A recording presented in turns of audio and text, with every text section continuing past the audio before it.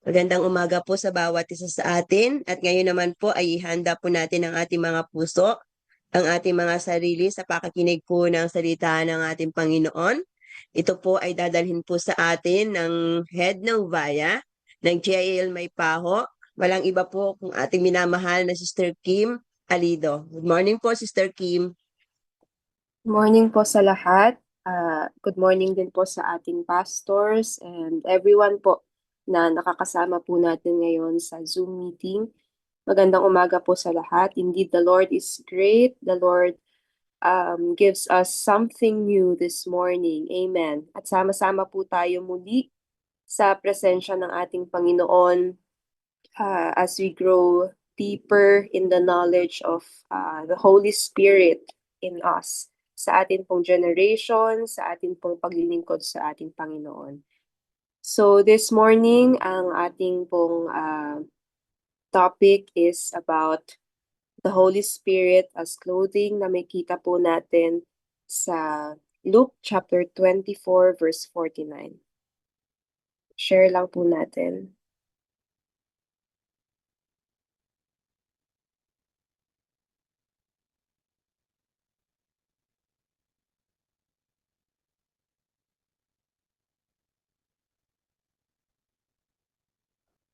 Yan, nakikita na po ba?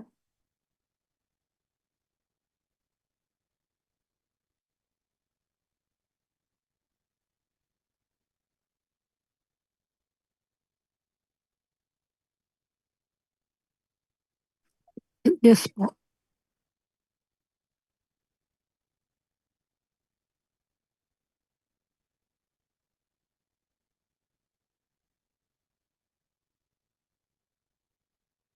Okay po.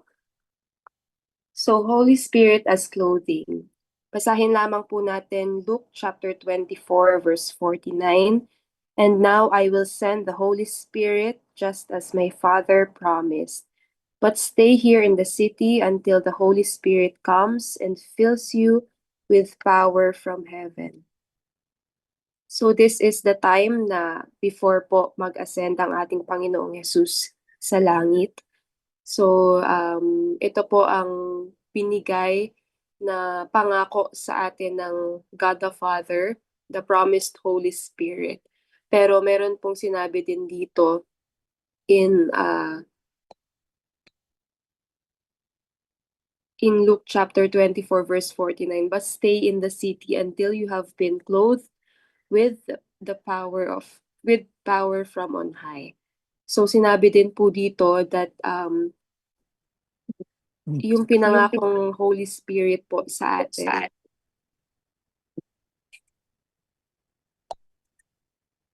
meron din pong binibigay na instruction sa atin sa kanila ang Panginoon as they are about to receive that promise. So makikita din po natin in yung role po ng Spirit o ng Holy Spirit sa time naman ng Book of Genesis in the beginning. Makikita po natin yung pinagkaiba ng kanilang roles. So balikan lang po natin in Genesis chapter 6. Ang role po ng Spirit in that time, it is life-giving and it is the convicting presence of our Lord Jesus Christ, of our God. So meron, it is from the beginning, yun na po yung kanyang role. Life-giving, meron din pong conviction, nagbibigay din po ng conviction ang kanyang presensya. Pero nung time na nagiging evil na yung mga tao during the time of Noah, during yung mga una pong henerasyon, sinabi din po doon that the Spirit will not contend with the corrupt humanity forever. So nagkaroon naman po ng warning na hindi pwedeng mag-withdraw ang Spirit dahil nagiging evil na yung mga tao by that time. So the Spirit moves differently through God's timeline. Nag-iiba po ang kanyang move, pero the Spirit is already present from the beginning. So yun po ang move ng Holy Spirit during the Old Testament. So, yung promised Holy Spirit naman in Luke chapter 24 na inaabangan ng mga disciples and followers of the Lord Jesus Christ ay iba na po yung move niya after nung ascension ng ating Panginoong Jesus. Nabi po dito, the promised Holy Spirit in Luke chapter 24, although nararanasan na po ito ng mga disciples, nararanasan na po ito ng followers ng Panginoong Jesus, nagiging bold po sila in sharing the gospel, hindi lang po yun yung kailangan nila. Hindi lang knowledge about the Lord Jesus Christ, hindi lang knowledge about the prophecy, hindi lang din po kailangan nila ang enthusiasm. Kasi ando na po yung kanilang passion to share, kanilang passion for the Lord Jesus Christ as they follow Him. Ando na po ando na po yung sa kanilang mga buhay. Pero mas tinuruan pa po sila ng ating Panginoong Jesus to obey and to be patient dun sa empowerment na kaya pang ibigay ng Holy Spirit na ipinangako sa kanila ng ating Panginoong Jesus. So obedience and patience come before empowerment. Di ba sinabi po ng ating Panginoon, stay in the city until you have been clothed with power from on high. So aantayin po nila yung indwelling na yon ng Holy Spirit to empower them. So ang gusto po sa kanila ng ating Panginoon is to wait for that empowerment, to be obedient and to listen to His instruction para ma-receive po nila yung empowerment na yun. So from followers, naging courageous witnesses na po sila as they are being clothed with the power from on high, with the Holy Spirit. So yung mga followers and disciples ni Jesus before, after the ascension, after po ng ascension ng ating Panginoon, pwede na po silang tawaging witnesses ng ating Panginoon. Are you crazy? I'm not helping that Sorry, guy. Holy. sorry, pwede pong pa-mute. Meron lang po akong What are you narinig. thinking about touching us? It's not our problem. Ruby is seriously injured. He needs our help. How do you even think about saving someone like her? Let her die.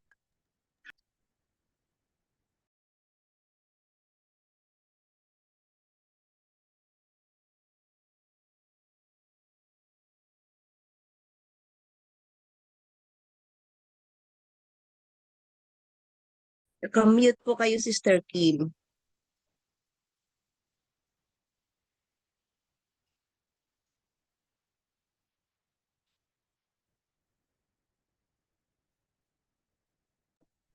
Hello? Ayan, salamat po.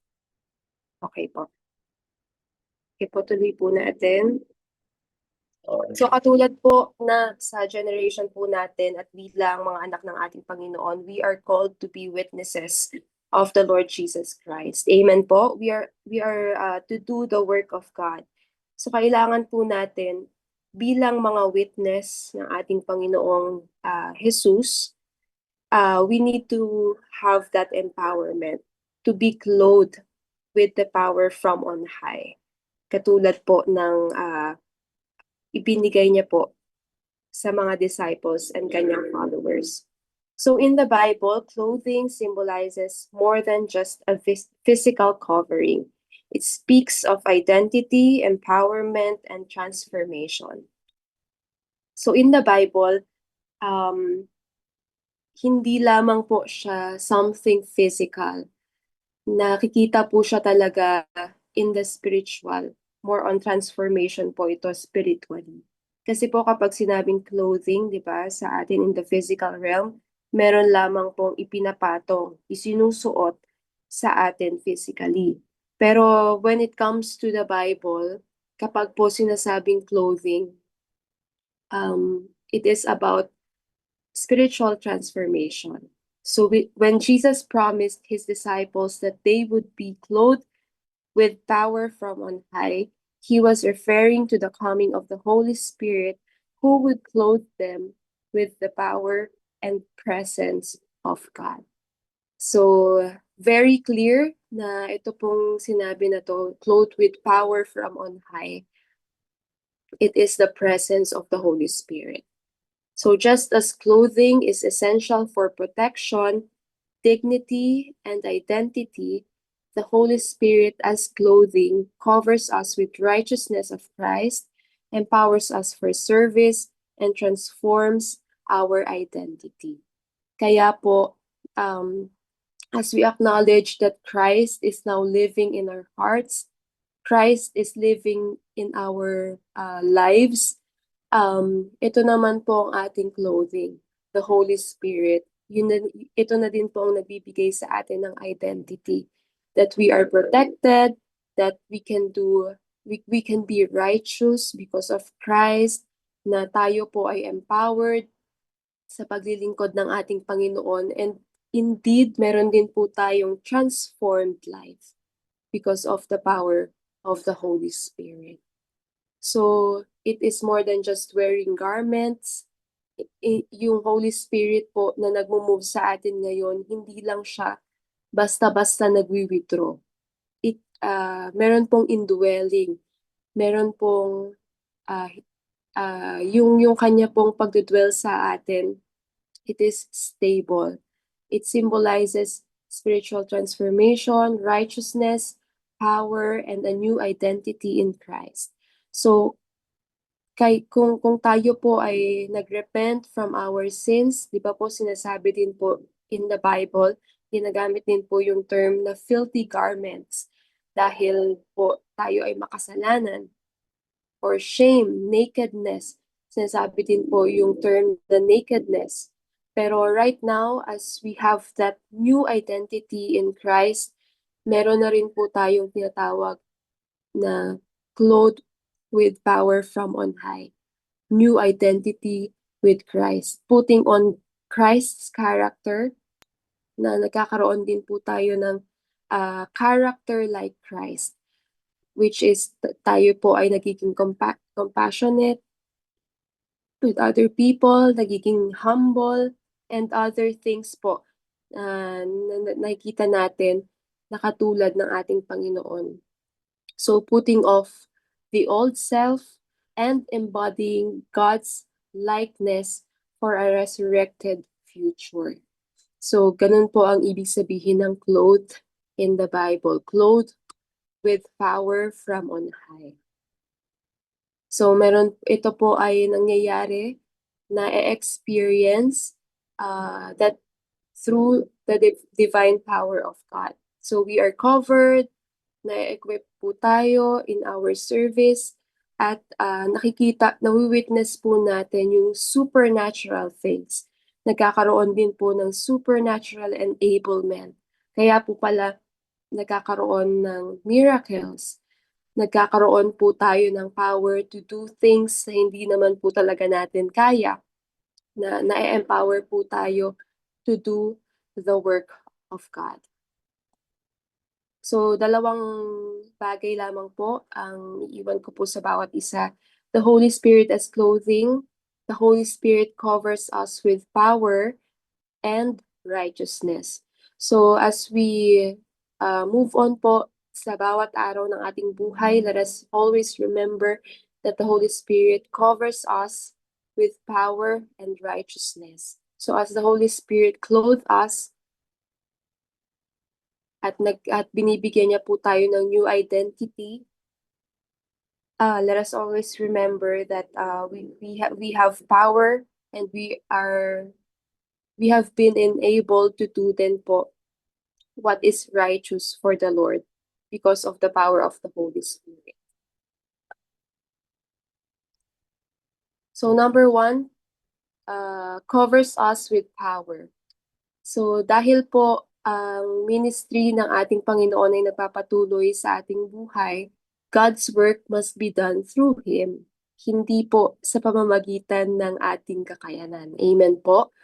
At bilang ang banal na spirito ang nagko-cover sa atin ng power, siya rin po, the ministry must be done through Him as well.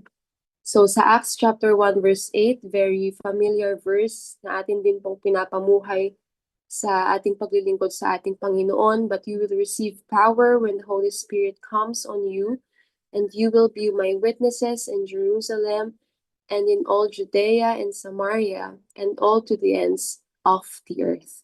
This power is the Holy Spirit who empowers believers to live boldly for Christ, to serve Him, and to carry out His mission on earth. The Holy Spirit provides us with the strength, courage, and ability to live out the Christian life. So kung wala po ang clothing ng Holy Spirit, we would be like soldiers without armor. Hindi po tayo prepared. Hindi po natin kaya. Hindi po magkakaroon ng fulfillment yung task na ipinibigay sa atin ng ating Panginoon. Di ba po, pinapaalam naman sa atin ng Diyos kung ano po yung dapat natin gawin bilang mga Kristiyano. Amen po? Tayo po yung sinesend out ng ating Panginoon to preach the good news, to be that blessing sa ating schools, sa ating workplace, sa ating pamilya, especially sa ating church. So, yun po ang calling na meron tayo bilang mga anak ng Diyos. At hindi po natin kayang sumabak sa laban na yon without the clothing of the Holy Spirit. So, without the clothing of the Holy Spirit, yun po ang warning sa atin ng ating Panginoon eh. Yung kung hindi siya sasama sa atin, we will fail. We will really fail sa ating paglilingkod sa ating Panginoon. Pero pinapakita rin po ng ating Diyos kung gaano kalaki ang kaya nating gawin, ang kayang gawin ng banal na spirito sa atin kung magpapakover po tayo sa Kanya with His power. So, alam po natin that the Holy Spirit removes fear. Tinatanggal po niya talaga ang ating takot, pangamba, kung pangamba man po sa rejection or sa kahit anumang bagay na bubus ng ating takot. Tinatanggal niya po ito and even gives us the ability and that wonderful opportunity na magpahayag ng kanyang salita. So, mas tignan po natin yung kalakihan na kayang gawin ng banal na spirito sa atin kapag siya po ay sumama sa atin at nag-cover sa atin with His power. The Holy Spirit as clothing, what this power does, when the power of the Holy Spirit comes upon us, we become like a supernatural force of nature. Hindi lamang siya nararanasan through our enthusiasm. Na kapag nakikita po natin yung sarili natin, that we are enthusiastic, that we are so passionate about the Lord, that we are so blessed with His presence, hindi lamang po natatapos yun doon. It is, kapag sinabi po nating natural force of nature, it is long-lasting. Hindi siya unstable na biglang nagwi-withdraw ang Holy Spirit at hindi na po natin siya nararanasan sa ating buhay. Kapag po supernatural force, I believe that it is something long-lasting. Kaya po kapag tinanong natin ng ating buhay, kung nasa sa atin pa po ba ang banal na spirito, kung suot-suot pa po ba natin ang banal na spirito sa ating buhay, makikita po natin siya kapag patuloy natin siyang nararanasan sa ating buhay. Long-lasting effect, long-lasting na impact sa ating buhay. Hindi po siya nawawala. Hindi po siya absent sa ating buhay. God's power is unleashed through us to produce phenomenal, extraordinary, and paralleled results. So, hindi ito nakakapagbigay ng confusion sa atin. But kapag na-release po sa atin ang power ng Holy Spirit, hindi lang po siya basta-basta. Hindi natin siya kayang i-describe ah, on our own at hindi rin po natin siya kayang um, maipakita sa sarili po nating kakayanan. Like a mighty, advancing army, His divine strength enables us to march forward, push back the forces of darkness, and take new territory. So kung meron po tayong struggle ngayon na naramdaman natin, whether it is sin or mga bagay na hindi pa natin kayang isuko sa ating Panginoon, through that power na binibigay sa atin ng Diyos, kayang-kaya po natin labanan yung darkness na yun. So, kaya lamang po nating maipakita na walang imposible sa ating Panginoon through His power. So kung wala po ang kapangyarihan ng banal na Espiritu, hindi po pala natin kayang patunayan na walang imposible sa ating Panginoon. Amen? Dahil kaya po nating labanan yung forces of darkness, yung mga iniisip natin na hindi natin kayang labanan minsan. Kasi napakalakas at napakaingay po ng ating mind minsan. Di ba po? Yung mga nilalabanan na lamang po natin sa ating pag-iisip, minsan hindi po natin alam kung paano labanan. Hindi po natin alam din kung paano simulan ang ang paglilingkod sa Diyos. Kung paano po natin siya gagawin, minsan hindi po natin alam. Pero with kung with the with this power na binibigay po sa atin ng Diyos through the Holy Spirit, dito pa lamang po natin siya nakakayanan. Through His power, through the power of the Lord Jesus Christ, through the power of the Holy Spirit. So ang evidence po nito in the early church, before Pentecost, di ba po dininay ni Peter si Jesus 3 times. The disciples hid in fear behind locked doors. Nagtatago pa po yung mga disciples dahil sa takot. They were confused, weak, and ineffective. So nakikita po natin yung nararanasan na po nila yung banal na spirito during that time. Pero pwedeng occasional lamang po. Nagkakaroon din ng withdrawal, yung Holy Spirit, at hindi pa ganun ka long-lasting or permanent yung pagdwell ng Holy Spirit sa kanilang mga buhay. So before ascension, before po itong promised Holy Spirit sa kanilang buhay, makikita rin po natin ito sa life ni Peter. Yung spirit yung Holy Spirit na kasama ni Peter during that time, after ascension, mas nagkaroon ng enablement, mas nagkaroon po ng boldness si Peter during that time. So kung that time meron pa pong takot, meron pa pong denial, after po niyang ma-receive yung enablement and indwelling presence ng Holy Spirit, clothing him with power, nagkaroon na po siya ng boldness. Di ba po, nag-preach siya and in one day, 3,000 po yung na-save.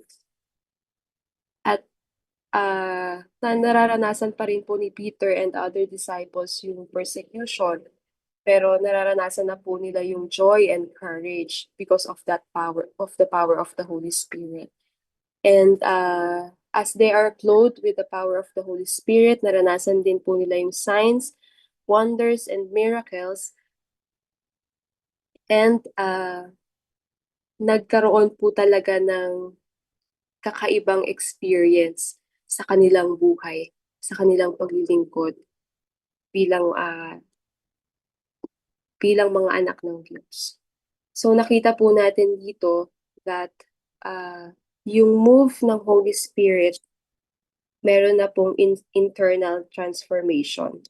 So yung fear na maaring nandun pa rin po kanilang nararanasan pero hindi na po ito na-activate.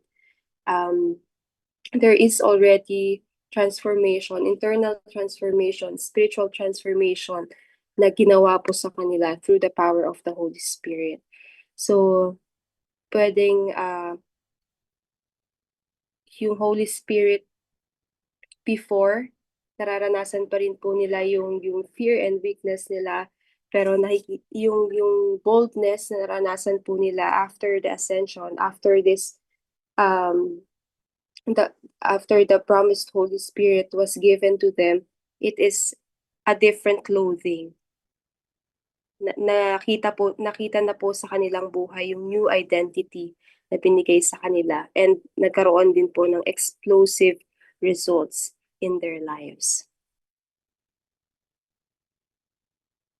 So sa ating buhay, meron po tayong mga testimonies about that kind of fear na hindi po na kumilos din po ang ating nakumilos din po ang banal na spirito sa atin na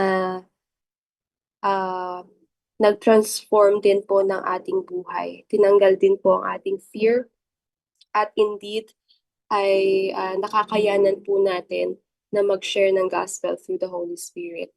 The Holy Spirit clothes us with the gifts and abilities needed for the work of ministry, whether that's in teaching, serving, helping, or witnessing. So nagagamit po natin ang ating gifts and abilities as we are clothed with the Holy Spirit. We can't fulfill our calling without His empowerment. Totoo po yun. Now, without the covering of, without that clothing of the Holy Spirit, hindi po talaga natin kayang ma-fulfill yung ating calling. In 1 Corinthians chapter 2, verses 4 to 5, my message and my preaching were not with wise and persuasive words, but with the demonstration of Spirit's power, so that your faith might not rest on human wisdom, but on God's power. So, it is really not about us. Hindi po ito about sa atin. Dahil kung ito po ay about sa atin, baka hindi na po tayo ang ginamit ng ating Panginoong Yesus. Dahil tayo po ay biniyayaan din ng ating Diyos ng wisdom, tayo po ay biniyayaan ng ating Diyos ng kakayanan to share His words, to preach the gospel. Tayo rin po ay binibigyan niya ng pagkakataon na maranasan ang kanyang kapangyarihan. So hindi lamang po niya tayo tinawag dahil po sa kung ano ang meron tayo at kaya nating ibigay. Ang gusto pong maging highlight pa rin ng ating Panginoon is His glory. Mabigyan ng kaluwalhatian po talaga ang ating Panginoon. So hindi po niya ginagamit yung mga magagaling. Di ba po, ginagamit po niya tayo mga ordinary. Tayo din po na kanyang tinransform. Tayo din po ang kanyang gagamitin para i-release niya yung wisdom, i-release ng ating Diyos ang kanyang kapangyarihan. So with the demonstration of Spirit's power, so that your faith might not rest on human wisdom, but on God's power. So magre-rely lamang po tayo sa banal na spirito, sa wisdom na ibinibigay sa atin ng ating Panginoon. Makikita po natin that as we go along sa pagbabasa po, sa pag-meditate din ng kanyang salita, hindi po enough na alam natin kung paano mag-work ang banal na spirito. Hindi po enough na natutunan po natin ngayon that the Holy Spirit covers us with power. We must really experience the clothing through confessing our weakness and through prayer. Kapag hindi po natin kinonfess sa ating Diyos that we are weak, kapag hindi po tayo humble sa harapan ng ating Panginoon, and kapag po tayo ay hindi nananalangin sa ating Diyos, we cannot really fully experience and see kung paano po gumagalaw ang Holy Spirit. So hindi po enough na alam lang po natin na ay nagbibigay ang Holy Spirit ng kapangyarihan sa ating buhay. Dapat po nararanasan natin siya. clothing, it is also our expression. Kung paano po tayo manamit physically, di ba po, ganun po natin i-express yung sarili natin. Ganun din po with our identity in Christ. We express God in our identity. So the real power moves more inwardly. Kapag po tayo ay clothed with His power, we are, it is something about spiritual. Kagaya po ng sinabi natin kanina, the transformation, kapag po sinabing clothing in the Bible, the transformation is something spiritual. So kailangan din po ito mag-reflect sa ating buhay more than giving sermons, more than po na tayo ay nakahayag ng salita ng Diyos. Yung clothing na po na ito, I pray na ma-express din po natin ito not on our own wisdom, not just ipinapangaral po natin ito sa ating pamilya at mahal sa buhay. More than that, na sinishare po natin ang salita ng Diyos sa kanila, it must be seen in our lives. I pray na yung covering, yung clothing ng Holy Spirit in our lives must be seen. And in that way pa lamang po na share na po natin ang pagmamahal ng ating Panginoon sa ating kapwa.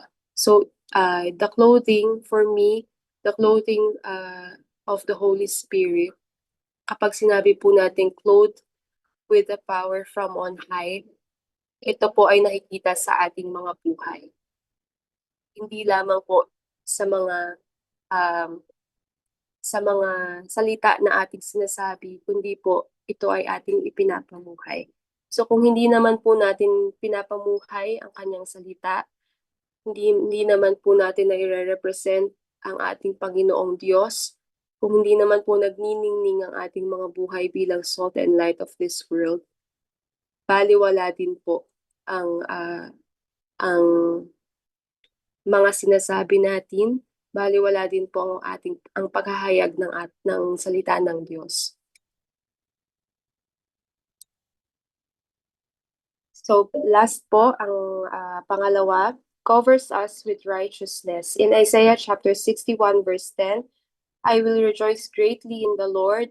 My soul will exult in my God, for He has clothed me with garments of salvation. He has wrapped me with a robe of righteousness, as a bridegroom decks himself with a garland, and as a bride adorns herself with her jewels. So the Holy Spirit transforms us by clothing us with the righteousness of Christ. Hindi po natin kaya itong magawa o makamtan without the transformation of the Holy Spirit.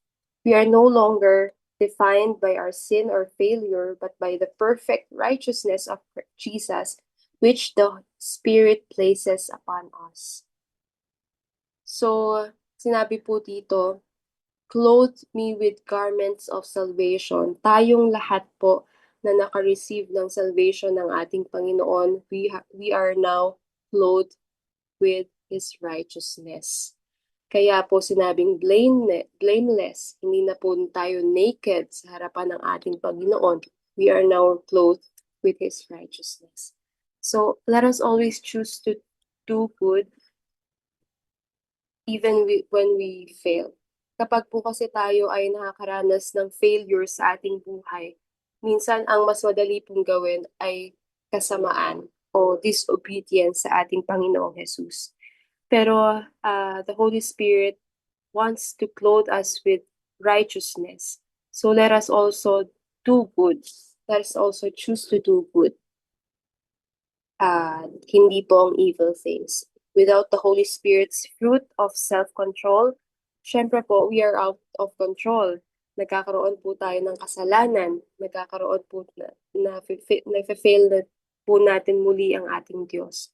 Pero kapag po tayo, pinili po natin ang righteousness, if we choose to do good, there will be wisdom.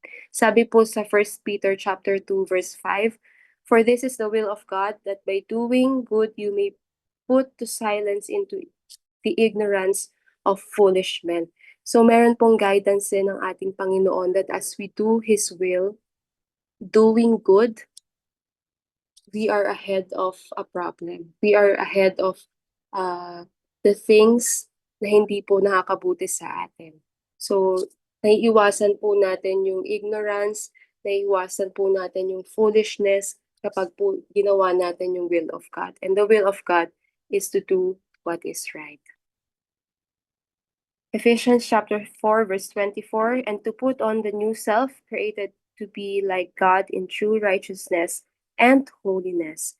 When we are clothed with the Spirit, we are set apart as God's people, made holy and blameless in His sight.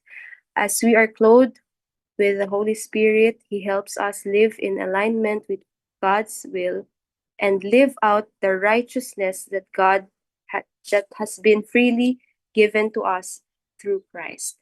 The clothing of the Holy Spirit, ito po, ang sinisignify po nito is also holiness we receive through the work of Christ. Kaya yan po yung alignment ngayong taon sa atin ng ating Panginoon, di ba po? As we start 2026, ma-clothe po tayo with the Holy Spirit. And yung alignment po na yon na ibinibigay po sa atin ng ating Panginoon is to prepare us. Alam niyo po ba na yung holiness, it is also a preparation sa vision po na kaya pong ibigay sa atin ng ating Panginoon. Kasi po, I believe that without preparation, without that alignment, hindi po natin kayang ma-receive yung vision na nanggagaling sa Panginoon. Kapag hindi po tayo prepared, hindi rin po nagkakaroon ng kabanalan. Kasi po, yun po yung order na itinuturo po sa atin ng ating Panginoon. We must be prepared. We must be pure for us to be holy. We must obey God. We must be aligned to His will. So doon pa lamang po nagkakaroon ng holy fear. Kapag po tayo ay nagiging familiar na sa ating paglilingkod sa Panginoon, minsan nawawala na po yung righteousness o yung pagsasubmit din po natin sa presensya ng banal na spirito. Pero kapag po in-acknowledge natin that clothing, that we are clothed from the power from on high, we are being made holy din po sa harap ng ating Panginoon. The holy and empowered people of God are a mighty army. The enemy can never win against us. Amen to that, because we are clothed with the Holy Spirit. We are robbed with Christ's righteousness. Marami pa rin pong nagnanakaw ng ating righteousness. Pero ang pangako po sa atin ng ating Panginoon, the enemy will never find fault against us because we are filled with Holy Spirit. In Romans chapter 12, verse 1, do not be overcome by evil, but overcome evil with good. Yun po ang gustong makita din sa atin ng ating Panginoon as we are clothed with the Holy Spirit. Hindi po tayo yung na-overcome ng evil, but we overcome evil with good. So last po, you are not meant to live a powerless Christian life. Hindi po yan ang gusto sa atin ng ating Panginoon. You are not meant to struggle and barely survive spiritually. Kung parang nakikikahos na po tayo spiritually, hindi po yun ang kagustuhan ng ating Diyos sa ating buhay. You are not meant to face the enemy in your own strength. Kasi po minsan, di ba, tayo, yung sarili po nating might, yun na po ang lumalaban sa enemy. Pero we are not meant to fight our battles ng tayo lamang po. Meron po tayong kasama, meron pong nag-upload sa atin na banal na presensya ng ating Panginoon. The clothing of power is meant to be normal Christian living, not exceptional. You were meant to be clothed with power, explosive, supernatural, unstoppable power from heaven. So let us ask for it. Let us believe for it, receive it, and live in it. So I pray na matanggal po ang ating mga struggles. Kung meron pa po sa atin nag-i-struggle na hindi maranasan ang banal na spirito sa ating buhay, ma-remove po ito sa atin. Isa pong bagay na kaya po tayo ay nag-i-struggle sa ating paglilingkod sa ating Panginoon is because of pretense. It's because that hindi po tayo dependent sa Holy Spirit. Nag-i-struggle po tayo dahil sa pagkukunwari. Nagkukunwari po tayo na tayo po ay okay pa sa relasyon natin sa ating Panginoon. Kaya po 'di ba merong bigat sa ating mga puso. Minsan kapag po tayo ay naglilingkod sa Diyos, merong ganoong struggle. Pero hindi po ganun yung gusto sa atin ng ating Panginoon, powerless. Yung struggle na lamang po at burden yung nararanasan natin. We must be dependent in the Holy Spirit. Kasi kapag po tayo nag-i-struggle, it means sariling kakayanan po natin yung ginagamit natin. Pero kapag po we are dependent in the Holy Spirit, it is seen in our lives. We are now living with new identity in Christ. So yung buhay po natin, hindi lang siya nakikitaan ng struggles. Nagiging impactful na po ang ating buhay. Nagkakaroon ng long-lasting effect on other people whenever we preach the gospel, whenever we share the word of God. Meron na po itong impact sa ating buhay at sa ibang tao na hindi nagwi-withdraw ang presensya ng banal na spirito. So let us learn to live clothed in His power every day. Kapag po tayo ay natututo every day, nananalangin din po tayo every day. Nananalangin po tayo na maranasan ang kanyang banal na presensya araw-araw. Every morning, consciously put on the Spirit's power. Pwede pong ito yung maging panalangin natin. Holy Spirit, clothe me with your power today. I surrender to your control. Fill me again with fresh anointing. Help me walk in your strength, not mine. So let us stop pretending. Tanggalin na po, isuko natin ang lahat-lahat sa ating Panginoon. Huwag po tayong mapagod in doing good and doing what is right in the sight of God. Holy Spirit, ito po ay kumpletong regalo sa atin. So stop trying to serve God naked, may blemish, hindi po nagdumedepende sa kanyang banal na spirito without His power. Ask Him to clothe you with power from on high. Ito po ang ating maging panalangin sa umagang ito, to clothe us with power from on high. So tayo po bilang ginagamit ng ating Panginoon to be a blessing to other people. Let us also remember Matthew chapter 5 verse 16, let your light shine before men so that as they see our good deeds, they will praise God in heaven. Amen po. If we are clothed with the Holy Spirit, many will believe. Yun po ang kagustuhan natin. Yun po ang panalangin natin. And many will testify about the Lord Jesus Christ. Tayo po ay manalangin. Panginoon, salamat po for you are clothing us with power from on high. Salamat, Panginoong Jesus, for the promised Holy Spirit. Thank you, Lord Jesus, for that wonderful opportunity that we may fully experience, Panginoon, ang banal na spirito, O God, sa aming buhay.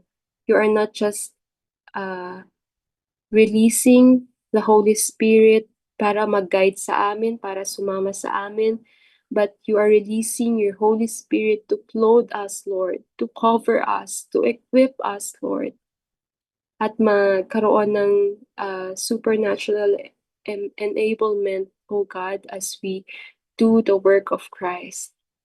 Panginoon, patuloy mo po kaming samahan in our calling, in the ministry you have entrusted us. Magsimula rin po ito sa aming buhay, personally and individually, O Lord, sa aming personal relationship with you, O God. Lord, we want to receive vision We want to receive more instructions, clear instructions, Lord, from you sa amin pong tatahakin sa taong ito, O God. And we want the Holy Spirit to guide us, Panginoon, and to be with us, O God. Lord, magawa lamang po namin ang iyong ministry, paglilingkod sa inyo, Panginoon, through the power of the Holy Spirit, clothing us, O God, na magkaroon pa po kami ng ability to do greater works for your glory, O God.